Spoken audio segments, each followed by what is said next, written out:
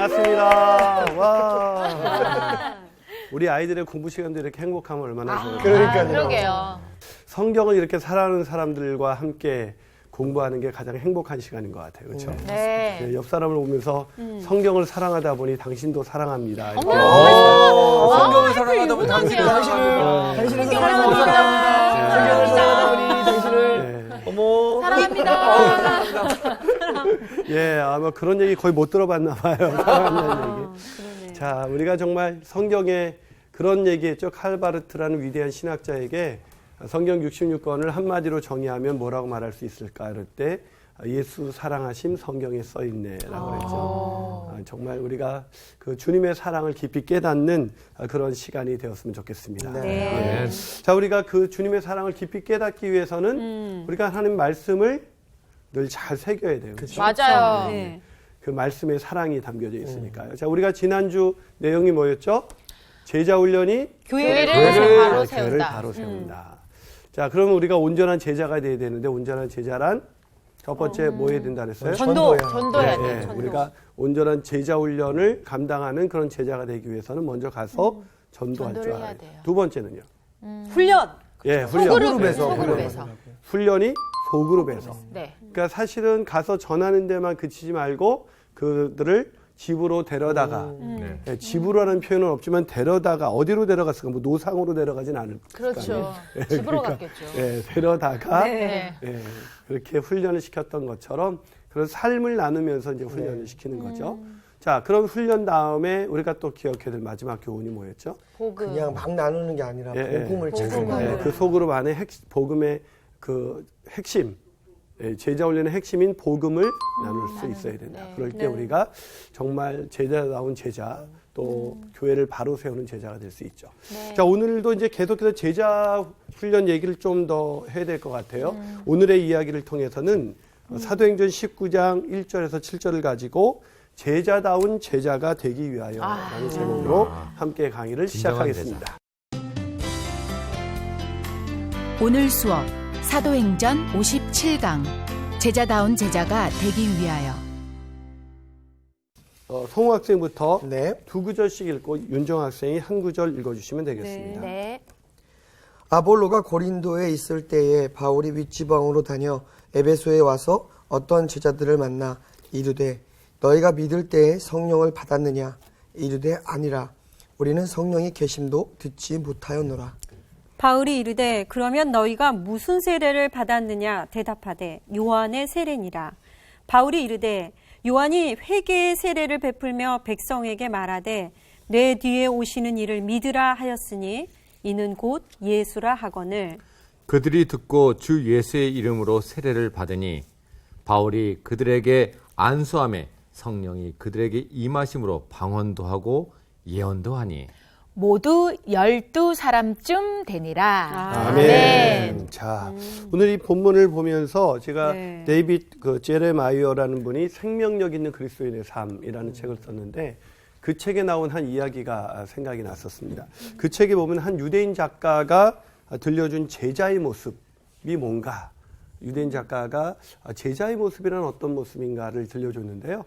거기에 한 러시아의 작은 유대인의 마을에 한 랍비가 있었는데 유대인의 마을에는 랍비가 있죠. 근데 이 랍비가 금요일마다 어디론가 사라지는 거예요. 네. 근데 제자들은 자신들의 랍비가 하늘로 올라간다고 생각을 했어요. 금요일마다 하늘로 올라가신다.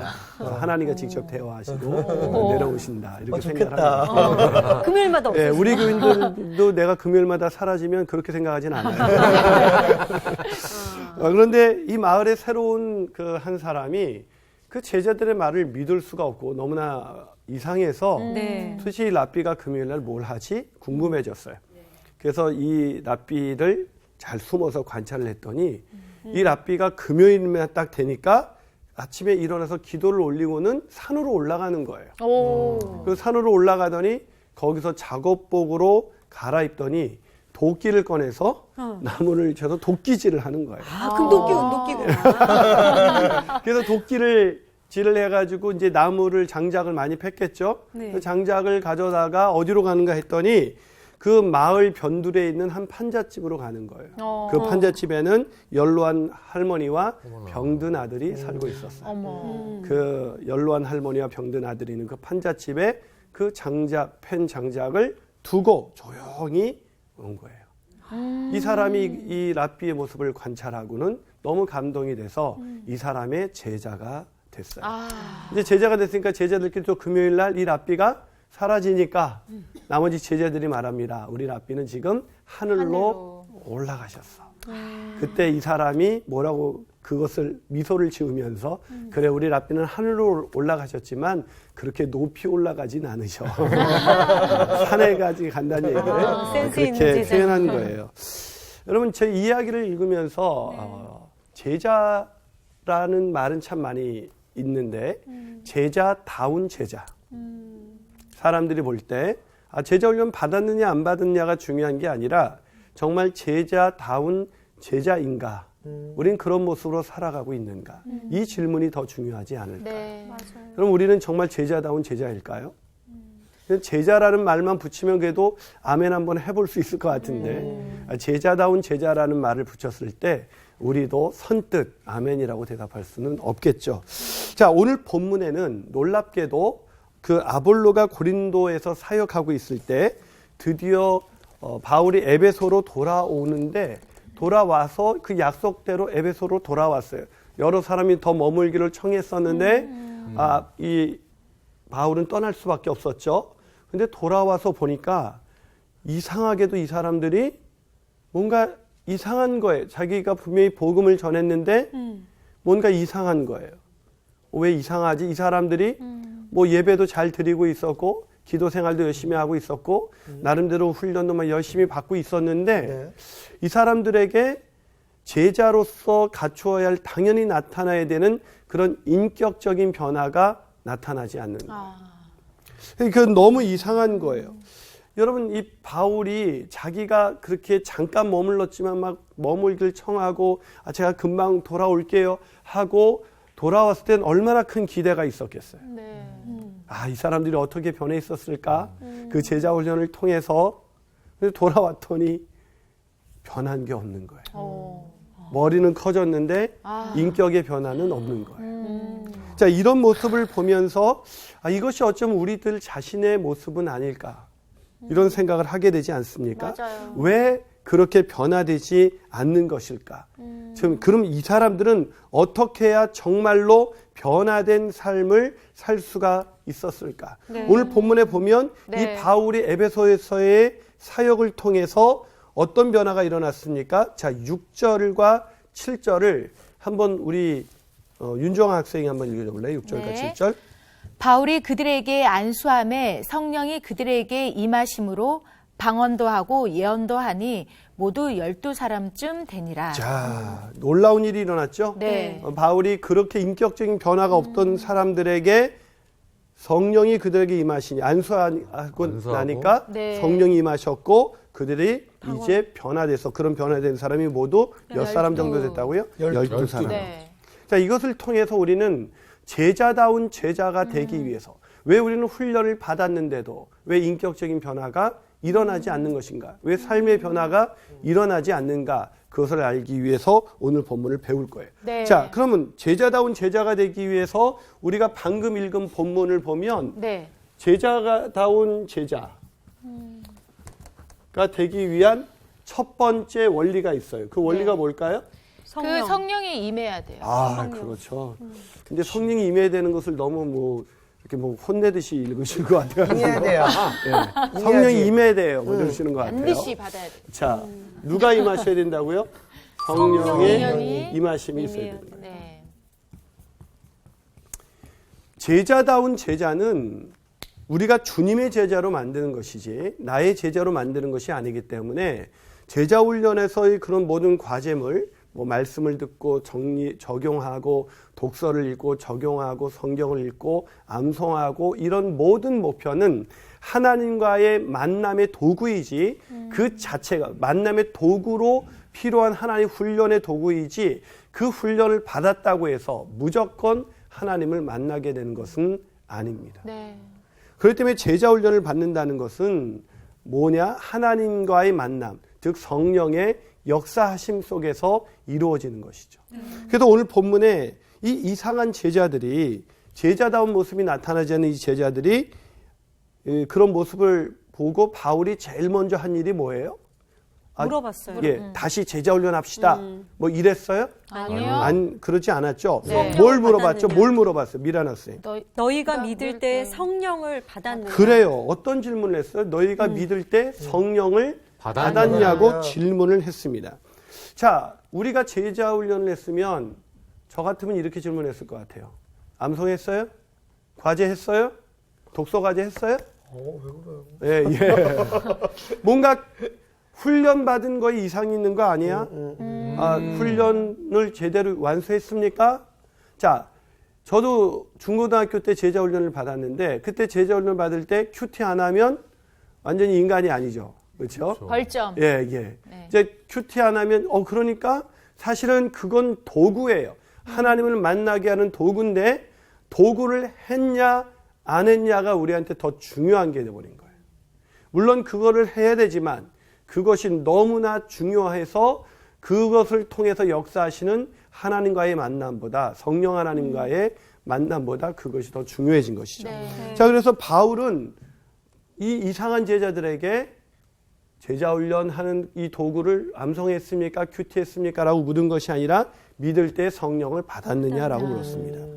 왜 이것을 물었을까요? 다시 말해서 성령이 임하지 않으면 제자다운 제자가 될 수 없기 때문에. 없다는 거. 그렇기 때문에 이 부분을 계속해서 이 사도 바울은 변화되지 않는, 훈련받아도 변화되지 않는 사람들에게 이 질문을 첫 번째로 드린 거예요.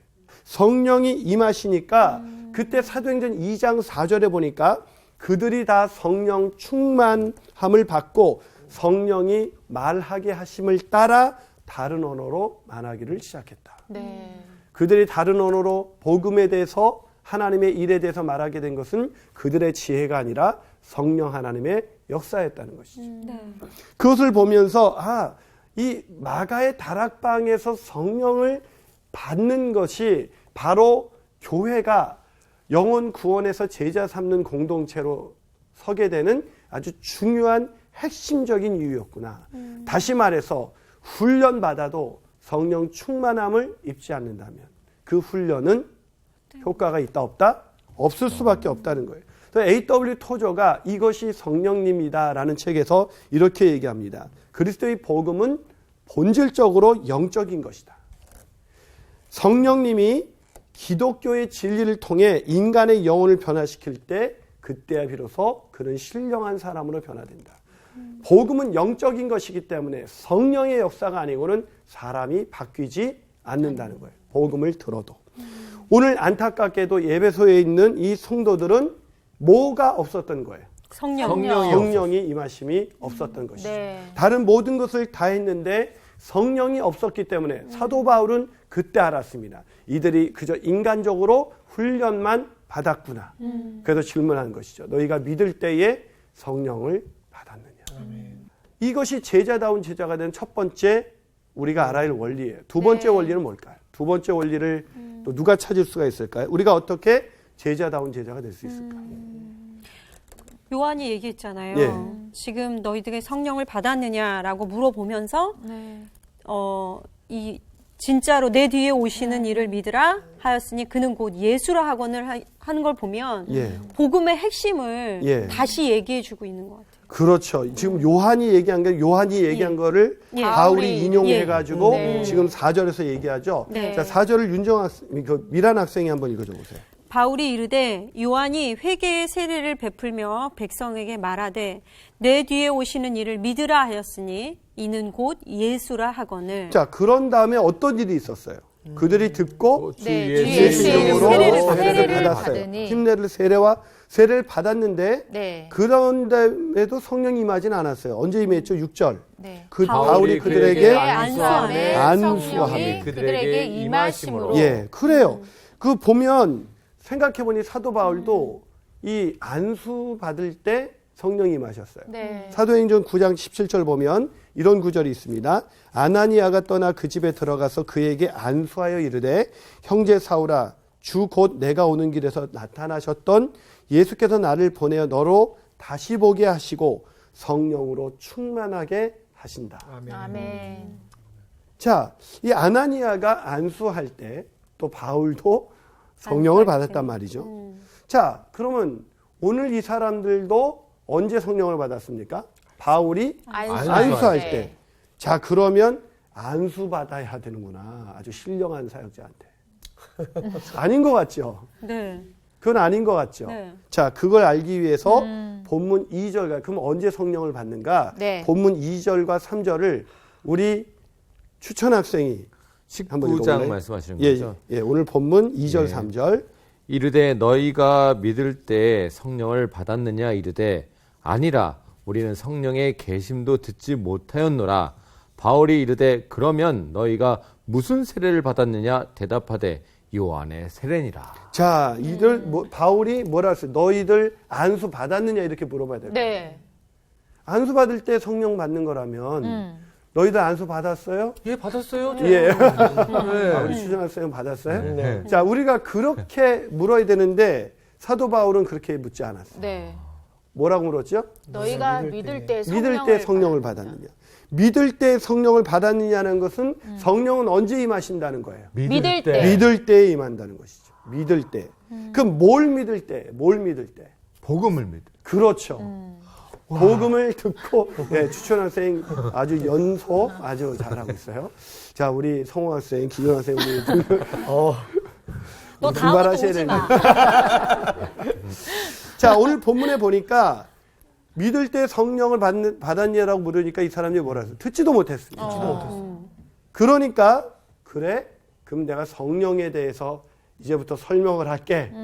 성령론 강해를 하면서 그렇게 한 게 아니라 오늘 뭐에 대해서 성령에 대해서 얘기한 것이 아니라 그것도 굉장히 중요하겠지만 오늘 사도 바울은 성령론 강해도 되게 중요한데 뭘 먼저 얘기했습니까? 너희들이 4절을 보면 그들이 바울이 3절을 보세요. 그들이 듣지도 못했다니까 성호 학생이 한번 읽어요. 3절.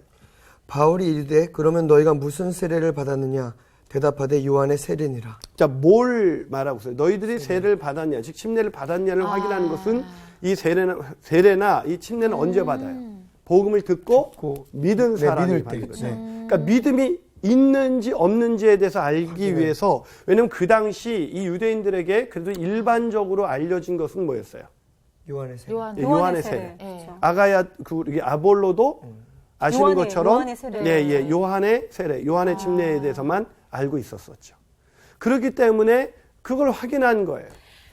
왜냐하면 요한의 세례에서는 세례는 여기에서는 이제 예수님에 대한 어떤 존재가 없잖아요. 그렇죠. 그렇기 때문에 그 부분을 복음의 핵심인 예수 그리스도를 얘기하기 위해서 이 질문을 한 거 아니에요? 그렇죠. 복음을 정확하게 설명하기 위해서 그들이 복음을 들었는가, 제대로 들었는가를 확인하기 위해서 질문을 한 그렇죠. 것이죠. 네. 왜냐하면 복음은 뭐예요? 예수 그리스도의 죽으심과 부활하심. 네. 이 부분이 정확하게 선포됐을 때, 그것이 깨달아지고 믿어졌을 때 누가 임하시는 거예요? 성령이 임하시는 것이죠. 그렇기 성령 때문에 세례를 받아요. 예, 그렇기 때문에 오늘 본문에서 그 부분을 얘기한 거예요. 그래서 이 트레빈 왁스라는 사람이 오늘날의 시대를 보면서 일그러진 복음이라는 책을 썼는데요. 이 책에서 이런 얘기를 합니다. 우리에게는 성경적인 복음이 있어야 한다. 그러나 너무 가짜에 만족한다. 우리에게는 성경이 말하는 복음. 근데 우리는 너무 자주 가짜에 만족한다. 그러니까 우리가 복음의 온전한 복음의 진리 가운데 예수 그리스도의 죽으심과 부활에 대해서 깊이 깨닫지 못한 상태에서 신앙생활을 하다 보면 그 신앙생활이 율법주의로 바뀔 수가 있고 그래서 종교생활에 익숙해질 수가 있다는 것입니다. 네. 그렇기 때문에 중요한 건 뭐예요? 복음을 제대로 깨닫는 것인데 오늘 복음이 무엇입니까? 로마서 5장 8절에 복음의 진수가 있죠. 우리가 아직 죄인 되었을 때 그리스도께서 우리를 위하여 죽으심으로 하나님께서 우리에 대한 자기의 사랑을 확증하십니다. 우리가 아직 여전히 하나님께 대적하고 죄인 가운데 살아갔을 때에 돌이킬 마음이 전혀 없을 때에 그리스도께서 우리를 위하여 죽으심으로 하나님께서 우리에 대한 자기의 사랑을 확증해 주셨다. 여러분, 구원의 소망이 없는 죄인으로 살아갈 때 우리가 노력해서 우리가 노력해서 구원을 이룬 것이 아니라 그렇게 우리는 전혀 노력하고 있지 않을 때 하나님께서 그리스도를 우리를 위해서 이 땅에 보내심으로 그리스도가 우리를 위하여 십자가에서 우리의 죄값을 대신해서 죽으시고 사흘 만에 부활하심으로 말미암아 우리가 구원을 받게 된 것이죠. 그래서 이것이 바로 복음입니다. 이 복음을 들을 때에, 이 복음이 들려지고 믿겨질 때에, 깨달아질 때에 누가 임하신다는 거예요? 성령이 임하신 거예요. 그래서 바울은 다시 뭘 전하고 있습니까? 복음을 전하고 있는 거예요. 그래서 성령의 임하심이 그들에게 이것이 있어야 제자다운 제자가 되는데 네. 성령의 임하심이 없었어요. 그러면 너희들 안수받아야 돼요. 저기 신령한 기도원 가서 안수받아야 돼 라고 말한 것이 아니라 이들에게 정말 복음을 제대로 알고 있는지 복음에 대해서 다시 복음을 전하고 가르친 거예요. 네. 이 복음을 듣고 깨달을 때 성령이 역사하셨으니까 강력하게. 그렇기 때문에 이 복음을 소개했는데 그들이 알고 있었던 것은 뭐였어요? 요한의 세례. 요한의 세례. 네. 요한이 전한 그런 회개의 세례, 회개의 침례에 대해서만 알고 있었죠. 네. 그러니까 자꾸 죄는 고백하는데 이 죄를 이미 예수께서 다 죄값을 치르시고 사흘 만에 부활하셔서 이제는 누구든지 그리스도 안에 있으면 새로운 피조물이다. 제자다운 제자로 살 수 있다라는 이 놀라운 이 비밀을 알지 못했던 것이죠. 그래서 다시 복음을 전한 것입니다. 자, 마지막으로 우리가 어떻게 제자다운 제자가 될 수 있을까요? 자, 이 온전한 이 복음을 들어야 돼요. 온전한 복음. 네. 그냥 복음이 아니라 온전한 복음. 성경이 가르치는 그 복음을 들어야 되는데 이 온전한 복음을 들었어요. 자, 복음을 오늘 본문에서 마지막 원리를 찾기 위해서 제가 힌트를 드립니다. 자, 제자다운 제자가 되려면 네. 성령이 마셔야 돼요. 네. 성령은 우리가 복음을 이들이 왜 성령을 못 받았어요? 오늘 본문에 있는 사람들이 온전한 복음을 온전한 복음을 몰랐죠. 듣지 못했기 때문에 네. 온전한 복음을 듣지 못했기 때문에 뭘 가지지 못했을까요? 믿음. 그렇죠. 온전한 믿음. 믿음. 하나님을 믿고는 있었죠. 네. 그래서 날마다 죄는 고백했죠. 그런 믿음은 있었지만 온전한 믿음, 은혜로 에베소서 2장 8절 9절 너희가 그 은혜로 말미암아 믿음으로 구원을 얻었나니 은혜로 말미암아 주어지는 그 믿음, 그 온전한 믿음이 뭔지를 몰랐던 거죠. 네. 그래서 세 번째 제자다운 제자가 되기 위해서는 뭐가 필요할까요? 온전한 믿음이 있어야 예. 됩니다. 온전한 믿음. 즉 제자다운 제자는 성령이 충만한 제자인데 그 성령이 충만한 제자는 복음을 듣고 결국 믿음을 들을 때가 아니라 복음을 듣고 믿을 때에. 네. 그래서 질문은 간단해요. 너희가 믿을 때에 성령을 받았느냐? 복음을 들을 때에 받았느냐라고 복음을 듣고 뭐 해야 돼요? 믿어야 믿어야 돼요. 되는 것입니다. 그러니까 이 말을 듣고 믿는 자는 구원을 얻고 영생을 얻는 것이죠. 사망에서 생명으로 옮겨가는 아멘. 것이죠. 그래서 여기서 중요한 것은 뭐냐면 온전한 그 성경이 말하는 그 믿음이 우리에게 있냐는 거예요. 제가 그냥 믿음이 있습니까? 라고 물어보면 아멘 하기가 쉬운데 근데 온전한 믿음이라 그랬어요. 생각하게 돼요. 예, 생각하게 되죠. 그 교회 다니는 그 썬데이 크리스찬들의 공통점이 있습니다. 대체적으로 모태신앙이 많아요. 그래서 못해요. 못해서. 예. 나 그닥 못해. 기도 못해, 찬양 못해, 순종 못해. 참석은 해, 참석만 해. 예, 너무 익숙해져 있는. 예, 익숙해져 있는 것이죠. 그래서 이분들이 엄마 뱃속에서부터 교회를 다녔지만 안 믿는 사람이라고 말하기도 그러고 그죠? 맞아요. 믿는다고 말하긴 뭔가 변화가 없고 네. 습관이 돼버린 거죠. 예, 문화적으로 그냥 받아들이는 거죠. 근데 오늘 에베소에서 바울이 만난 제자들이 지금 그런 거예요. 이분을 보니까 어떤 제자들 19장 1절 아볼로가 고린도에 있을 때 바울이 윗지방으로 다녀 에베소서에 왔어요. 그래서 어떤 제자를 만났는데 이상해요. 뭐가 이상한 거예요? 믿음이. 믿음이 없 온전하지 못합니다. 사람이 변화된 사람 같기도 하고 애매모한 거. 아닌 것 같기도 그거 하고. 아마 저희 신랑이 절 보면서 그런 거 느낄 예, 거예요. 이 사람이 제대로 믿는 사람이야. 막 이러면서 맨날 절 보고. 그래요. 아마 어쩌면 우리 모두에게 그런 고민이 있지 않을까. 제 자신도 그런 고민이죠. 제가 딱 아무도 아닌데 딱 가서 제가 그런 얘기했어요. 우리 성도들에게. 제가 은퇴하면 전 제일 불려주고 싶은 호칭이 성도라는 단어입니다. 목사라는 말보다. 근데 제가 밖에 나가서 이제 은퇴하면은 더 이상 목사는 그렇게 내가 하나님께서 섬기기 위한 그 직분이지 그게 무슨 지위가 아니잖아요.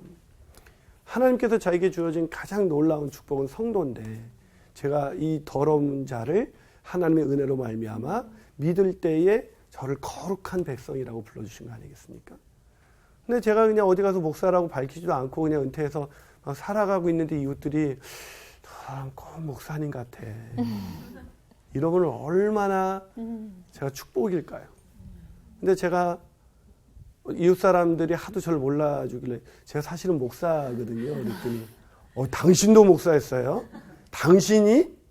이런 반응이 온다면 제가 목사로서 살아온 그 세월이 정말 제대로 살아온 세월이었을까. 여러분 오늘 본문에서 우리가 그리스도인 제자다운 제자 우리가 그냥 살아가면 누구나 다 저 사람은 정말 제자라는 거 예수님의 제자라는 뜻 아닙니까? 예수님 같아. 좀 거리가 점점 멀어지죠. 여기가요, 이게 한쪽 괜찮은데. 가슴이 이렇게 아련해지면서 아파요, 막. 보이지도 않아요, 지금. 예, 그렇죠. 근데 이 바울이 만난 제자들의 모습은 어쩌면 우리들의 모습이 아닐까요? 누구보다도 요한이 전한 그런 그 세례에 대해서, 침례에 대해서 누구보다도 열심히 배웠던 사람들입니다. 예수님에 대해서 나름대로 지식도 갖고 있어요. 예배에 빠지는 일 없었습니다. 빠지면 왠지 찜찜했어요. 철저하게 11조 했어요. 그러나 그들의 삶에는 헌신과 변화가 없었다는 것이죠. 왜 그랬습니까? 다시 돌아가지만 성령 받지 못했기 때문입니다. 왜 성령 받지 못했습니까? 온전한 제대로 된 복음을 복음을 듣지 못했기 때문입니다. 그런데 그 복음을 들었음에도 불구하고 변화되지 않는 사람들이 있다는 거예요. 네. 온전한 복음을 우리는 듣고 있지 않습니까? 요한의 세례, 요한의 침례가 아니라 우리는 예수님이 우리에게 전하신 그 복음을 온전히 알고 있잖아요. 그런데도 왜 우리는 이런 변화, 제자다운 제자가 되지 못하고 있냐는 거예요. 그 마지막 우리는 이 복음에 대해서 온전한 복음에 대해서 듣고 있지 않습니까? 들었지 않습니까? 그런데 왜 제자다운 제자가 되지 않고 있습니까? 정말로 온전한 믿음을 갖고 있느냐? 라고 질문하지 않을 수가 없다는 거예요. 네. 이건 우리에게 굉장히 심각한 질문입니다. 우리는 정말 예수님을 온전하게 믿고 있는가? 여러분 유대인들이 예수님을 믿지 못했습니다. 그러나 누구보다도 성경을 사랑했던 사람들입니다. 요한복음 5장 39절과 40절 보면 예수님을 믿지 못하는 바리새인들에게 예수님이 이렇게 말씀하십니다. 너희가 성경에서 영생을 얻는 줄로 생각하고 성경을 상고하거니와 이 성경이 곧 내게 대하여 증거하는 것이로다. 그러나 너희가 영생을 얻기 위하여 내게 오기를 원하지 아니하노라. 이들의 문제는 성경을 안 읽었다는 데 있는 것이 아니라 영생을 얻으려고 읽었어요. 그런데 누구에게 오지는 않았어요. 예수님께 오지 않았다. 그 말은 예수님께 마음의 문을 열지 않았다. 예수님을 영접하지 않았다. 믿음이라는 것은 믿습니다가 아니라 마음의 문을 열고 나를 위해서 십자가를 지시고 부활하신 예수님을 받아들이는 것이죠. 그래서 이제는 내가 사는 것이 아니라 내 안에 그리스도가 사시는 것이죠. 그것은 예수님을 영접하는 순간부터 일어나는 것입니다. 나중에 일어나는 것이 아니라 예수님을 영접하는 순간부터 우리가 경험한 주인이 바뀐 그 경험을 그 변화를 사람들은 내 옆 사람들은 인지하지 않을 수가 없는 것이죠. 그런데 왜 우리에게는 그런 변화가 일어나지 않는가? 예수님이 계속해서 말씀하십니다. 요한복음 5장 44절에서 너희가 서로 영광을 취하고 유일하신 하나님께로부터 오는 영광은 구하지 아니하니 어찌 나를 믿을 수가 있겠느냐? 왜 못 믿는다고요? 믿질 않아요. 왜 못 믿는다고요? 너희가 서로 영광을 구하고 하나님 아버지로부터는 영광. 그 영광은 뭐예요? 예수님이죠. 예수님의 죽으심과 부활하심. 그 영광은 구하지 않고 내가 영광 받기 위해서, 내가 더 인정받기 위해서, 내가 더 잘 나가기 위해서, 내가 더 명예를 얻기 위해서, 내가 더 인기를 얻기 위해서, 내가 사람들한테 더 인정받기 위해서 성경을 읽고 교회를 다니고 내 인생의 목적, 하나님의 영광을 위해서 사는 것이 아니라 내 영광을 위해서 사는 사람은 아무리 복음을 온전하게 들어도 온전한 믿음을 가질 수 없다. 오늘날 이 시대에 살아가는 우리 성도들의 문제는 제자다운 제자가 되지 못하는 우리들의 문제는 훈련이 없다는 것도 아니고 복음을 듣지 못했다는 것도 아니고 여전히 내 영광을 위해서 살고자 하는 이 세속적 욕망을 포기할 수 없다는 데 있다. 그래서 예수 믿는 사람, 예수 믿고 변화된 사람이 적은 것입니다. 왜요? 인간은 내 영광을 위해서 살 때 가장 행복할 것이라고 믿고 살거든요. 네. 그래서 그래서 또 온전한 믿음이네요. 그 믿음은 그렇죠. 나쁜 믿음인데. 나쁜 믿음인데 그렇게 완전히 믿고 있기 때문에 하나님의 영광을 위해서 살지 않습니다. 목사가 됐지만 목회를 잘해서 내가 영광 받아야지 라고 하는 순간 김인환 목사도 온전한 믿음을 소유할 수는 없다는 것. 예수님이 구주이시고 주님이시다는 이 복음을 모르는 사람이 어디 있겠습니까? 이 사람들은 차라리 나아요. 오늘 본문에 성령 받은 사람 몇 명이었어요? 12명이었어요. 여러분 에베소에 여러 사람이 붙들었었습니다. 네. 12사람만은 아니었을 거예요. 그런데 복음을 듣고 성령을 받은 사람은 12사람. 온전한 믿음 가진 사람은 12사람. 요한복음에서도 오병이어의 기적을 베푸셨을 때 다 제자들이 주님을 쫓았다고 그래요. 그런데 예수님이 십자가를 예표하는 주님의 피 흘리심과 찢기심을 예표하는 그 산 떡과 산 음료에 대해서 말하자 이 말씀은 어렵도다. 제자 중 여럿이 물려가고 그들은 제자라고 자부하면서 주님을 따라왔지만 복음이 들려지자 다 떠나갔습니다.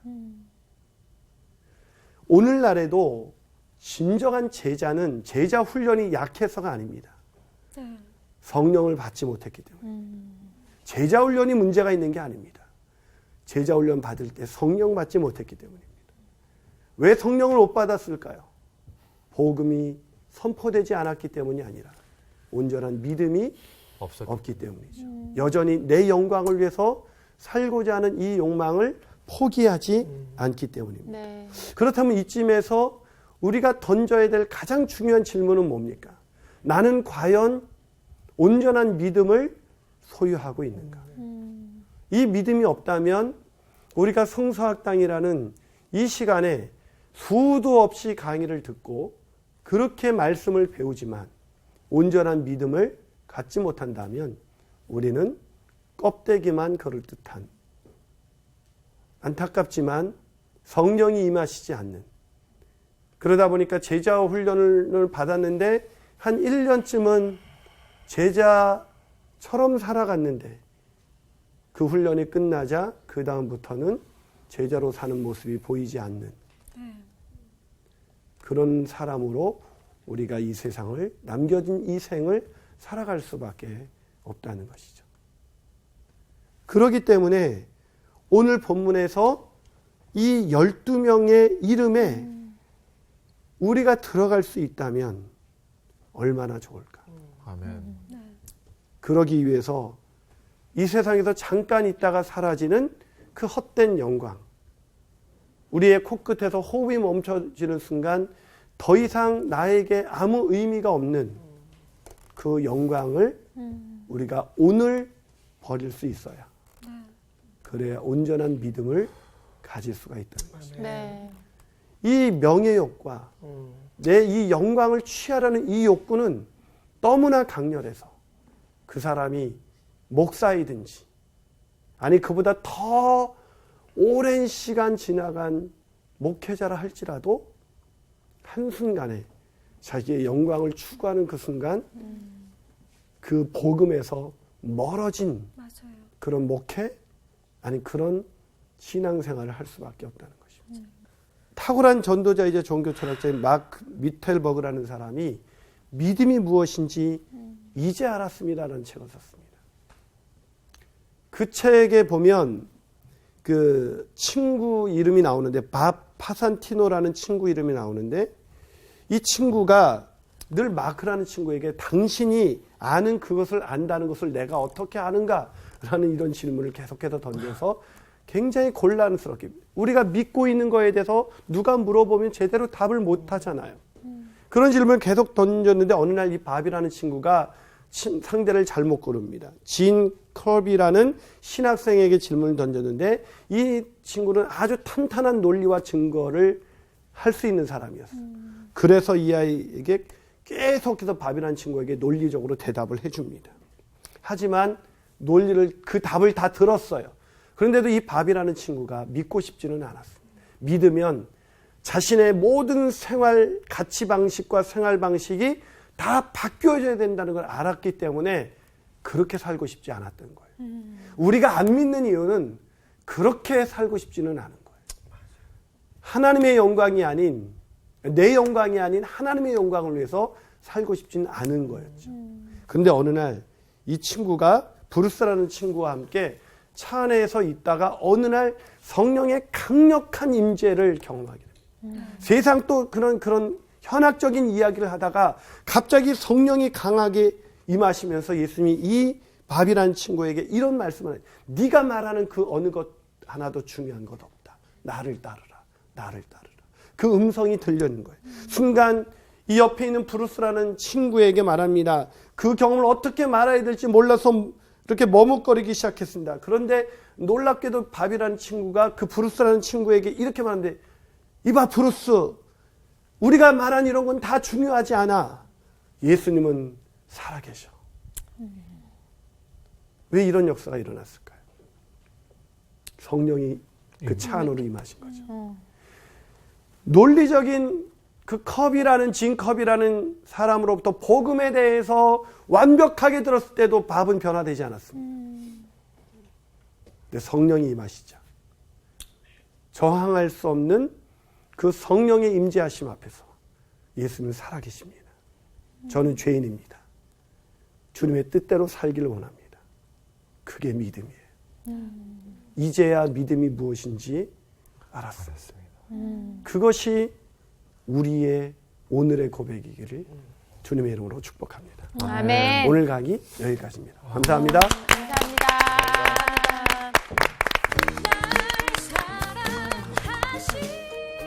저는 오늘 너무 창피했어요. 목사님 말씀하시면서 제 거울이 앞에 있나. 거울을 보고 있는데 계속 옷을 벗어. 창피해져. 자꾸 벗는 것 같더라고요. 보게 되더라고요. 정말 제대로 된 게 무엇인지 현 주소, 내 믿음의 현 주소를 좀 한번 이번 주만큼에도 시간을 내서 한번 다시 재점검을 해봐야 되는 시간을 갖지 않았나라는 생각을 해요. 그래요. 온전한 복음, 온전한 믿음. 아멘. 우리 그래요. 갖도록 묵상하면서 한 주를 잘 살아갑시다. 네. 네, 그럽시다.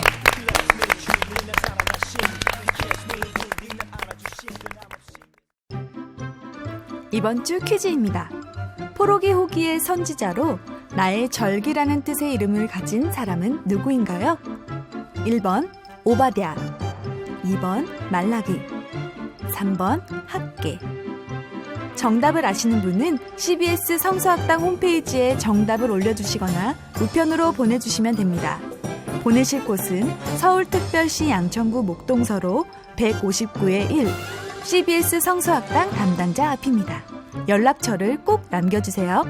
선정되신 분들께는 대한성서공회에서 성경, 송태근 선생님의 쾌도남마 다니엘서, 김기석 선생님의 일상 순례자, 신우인 선생님의 땅과 하늘의 갈림길에서, 성경 통독을 위한 최고의 자습서 성경 2.0 가운데 하나를 드립니다.